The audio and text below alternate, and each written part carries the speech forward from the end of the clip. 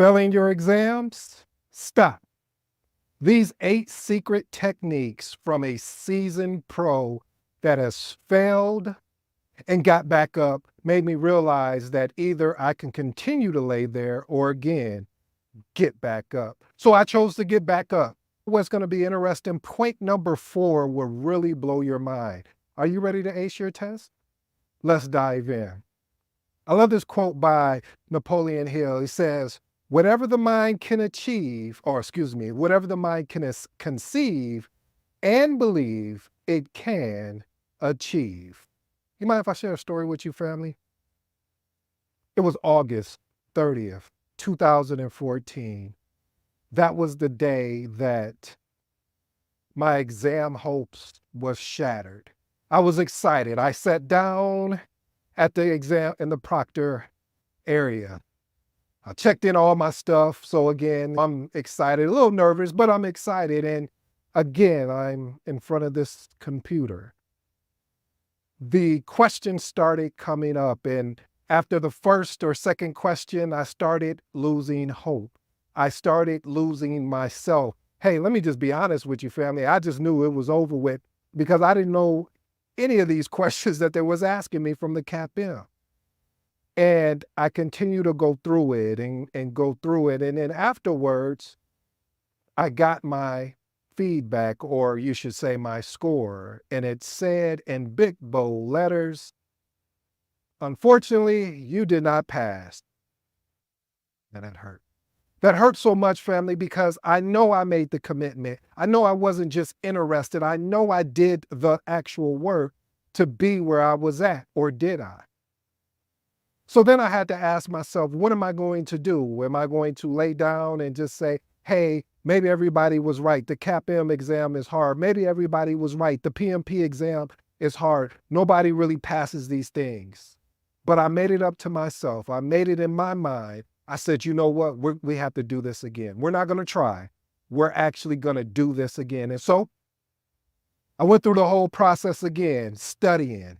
And what I did different this time is I put up on all my doors and windows, I should say bathroom, and put up there the date I plan on passing, which will be December 27th, 2014. Yes, almost 4 months from the date that I had that epic fail. Family, I sat down, more confident than I ever was.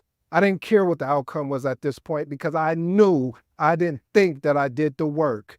I sat down, took the test, and I got the feedback. It said you passed. I was so excited. I was elaborated, or I should say, I was so motivated to the fact that anything is possible. That's why I went and gave you that quote by Napoleon Hill. I share this story with you today, family, because there's a lot of people out there that are struggling with their mindset of passing the exam. They're listening to internal and external thoughts. External thoughts of people telling you, hey, PMP exam is truly hard. Most people don't pass it on their first try, maybe even their second. Maybe they have to sit out a year. Then the internal piece is, I never really done well at exams, especially when I was in school, I wasn't doing well at exam.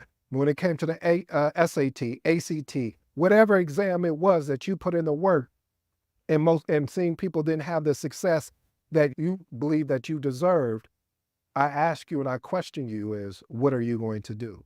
In today's episode, we're going to talk about 8 points in which, if you are getting ready to take the CAPM or the PMP or the ACP exam or just any exam in general, I'm hoping that one of these 8 points will arrest your attention in a way that you will realize it's important never to give up. I know it sounds like a cliche, but it's not a cliche. You have to continue to put in the work. You have to be committed and not interested. I'm going to talk about the sacrifices that you may have to make. And if you're willing to pay attention, jump in the passenger seat with me and take this ride. Let's get to work.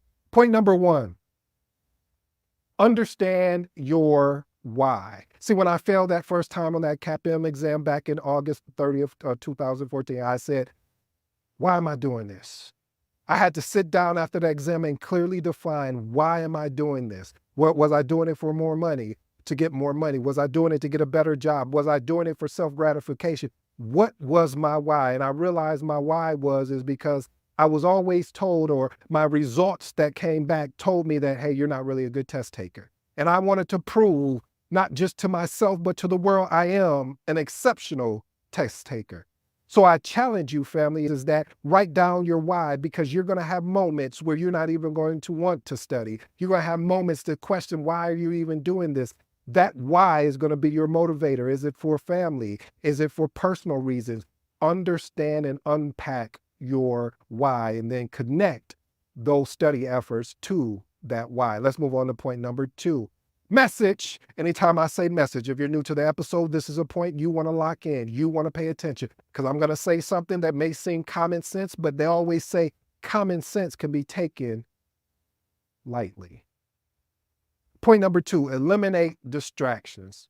One of the things I talked about in a previous episode, I talked about the ability to sit down with your family and friends and say, hey, I am about to go on a journey. This journey is going to consist of us not really spending time together. This journey is going to consist, don't call my phone and say, hey, do you want to go and hang out here? Hey, do you want to do this? Hey, I'm unavailable. You reached me at the right time, but you got the wrong number. See, what I'm saying there, family, is that you have to identify and remove any potential interruptions from your study environment. This is going to be important. You need to put your phone in do not disturb or airplane mode. When you lock in to sit down to make that commitment, not the interest that you're going to study for this thing called an exam, whether CAPM or PMP, you have to lock in totally. You have to be committed. So turn off your notification. Use website blockers if you have to, and find a quiet place where you could study. If you can't find a quiet place, make do with what you have, but get started and eliminate these actual distractions. Let's move on to point number 3.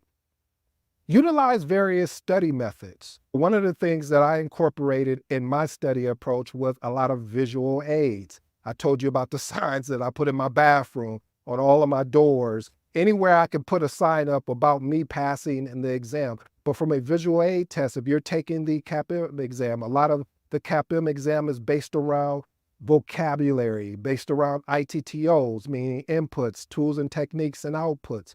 It's heavily guarded in that area, where the PMP exam is more situational. So you just need to understand frameworks of different things, as well as with Agile. So one of the things I did, again, was visual aids, mnemonics. Mnemonics was key for me, because for some odd reason, I'm able to remember a mnemonic, but then I can't but anyway, I digress. The point I'm trying to make is do that. Audio was huge for me. You know what I did, family? I turned my vehicle into an exam machine. What do you mean, ED? What I did is that I took the audio, I basically either I recorded myself, or if the course instructor had an audio version, I listened to the audio to work, while I'm walking into work, and on my way back home. And that gave me extra time to actually study. And one of the biggest things, family, learn your style of studying. For me, I like to listen to it as well as have a visual as well. And it helps me retain information much better. Let's move on to point number 4. You need to challenge the negative self-talk. I came up with an acronym that I'm going to share with you right now. It's called PEN, Personal Development. The I, of course, is imposter syndrome. And then the N is negative self-talk.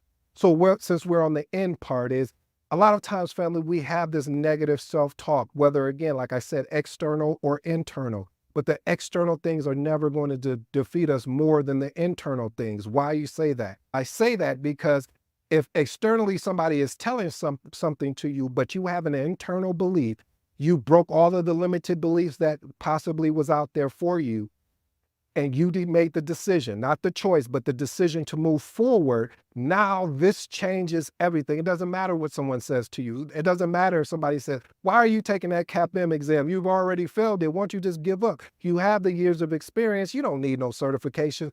All of that is negative self-talk, because once that information gets inside of you, or you believe that, now you start repeating back what you just heard. So again, family, practice having the ability to negate that negative self-talk. And I did give you the P and the I, which was personal development and imposter syndrome.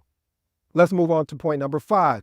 Maintain a healthy lifestyle. One of the things that I realized that I had to work on because I had this anxiety. Hey, I didn't pass the exam the first time, and I'm nervous this time around, like if I'm going to pass or not. So let me make sure I'm getting enough sleep. I'm eating a balanced meal, that I'm not eating so much where all of a sudden I'm tired or lazy, or what we call the itis, where you just like, yep, I don't plan on doing anything today. So find things. One of the things that I was doing when I get ready to study for exam, and you're going to see it because I may even go behind the scene when I get ready to go for the ACP, the PMI ACP test.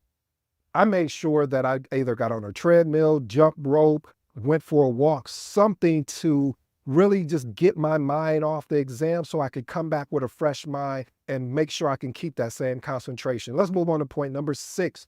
Practice time management in mock exams. This right here, message. Listen, family, I truly believe this was a game changer for me. Reason why I felt like it was a game changer is because a lot of people do not practice taking an actual mock exam. And I'm not talking about, oh, I'm just going to sit down. No, I'm talking about going through the whole process, meaning that you clear area out for the CAPM 4 hours or PMP 4 hours. You sit down and you literally do it just if you were doing the real thing.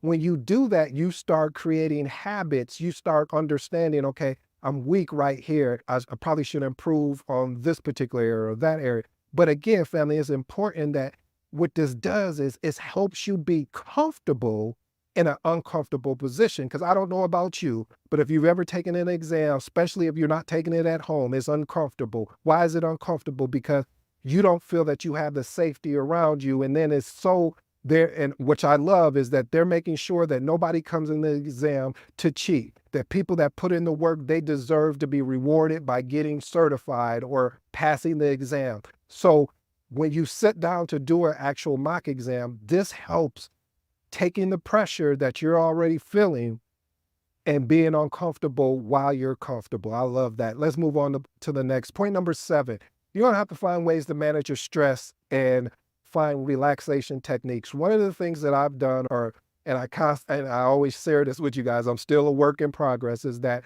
I do deep breathing, whether that's meditation or even listening to classical music. Don't judge me. I love me some good classical music when I'm just sitting there, just trying to get my mind off of things and refocus, recenter my focus. So meditation is another key thing for me as well. So I challenge you, family, find a relaxation technique that will be beneficial for you. Point number 8, seek help when needed. Listen, family, there are a lot of trainers out there. I'm actually working on my training program, the PMP and CAPM, which I plan on getting out this year. And if you're interested, just let me know. But I am putting together a program because one of the things that I've seen from successful PMP and CAPM training programs is the immersion aspect of things, meaning making sure you just not like saying information verbatim, the why behind the information. So that is the foundation. So again, make sure that you seek help. Don't hesitate to ask clarifications from your trainers as well as your coach, because it's going to be important, because you need to understand that information inside and out. You guys got me sweating here, but I'm ready to put in the work. Bonus, you need to treat yourself. But don't wait, I got to be clear. Don't treat yourself to a point that you've already got the reward or award before you even got past the exam.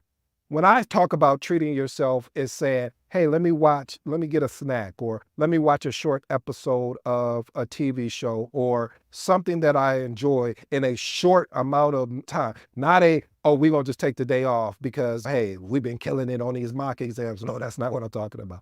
I'm really referencing taking a short window of a break so you can be more than what you were previously. Here's my last and final bonus. This is the P that I talked about, using positive self-talk and visualizations. What that basically means, family, is that using positive affirmations. I always share this with you guys. When the first thing I wake up in the morning, the first thing that I do is I put on some type of motivational information, and it's mostly audio, and I'm listening that from the time that I wake up until the time I start my actual shift. And the reason why I do that is because I know how important it is to condition the mind to get ready for whatever you're about to be up against. And truly, This can really boost confidence as well as and motivate you. Here's my 3 closing remarks, family. Remark number 1, or I should say point number 1, eliminate distractions. I know it sounds easier than it says. I know it sounds like common sense, but honestly, family, you have to find ways to eliminate distractions and identify what these distractions is first, and then eliminate them. Point number 2, challenge that self-talk. Like I talked about the acronym that I created called PIN, personal development, imposter syndrome, and negative self-talk. How do we beat 2 of those, meaning the imposter syndrome and the negative self-talk? We beat it by finding ways to personally develop our mindset to break limited beliefs, to find a way through, and not to play a, watch this family, a victim, but play a victor in our chase after passing an exam. And the last and final thing, this is going to be important. I don't care what you do. I don't care what they tell you. I'm not saying that I'm perfect, but I'm saying that this is the right information right here. Practice taking mock exams in a time format so you can really replicate what it's going to be like on the real exam. Family, I hope you enjoyed today's episode. I go by the name of ED. This has been really great. I hope one of these points resonates with you. And if it does, tell me which points you like the best. I'm out.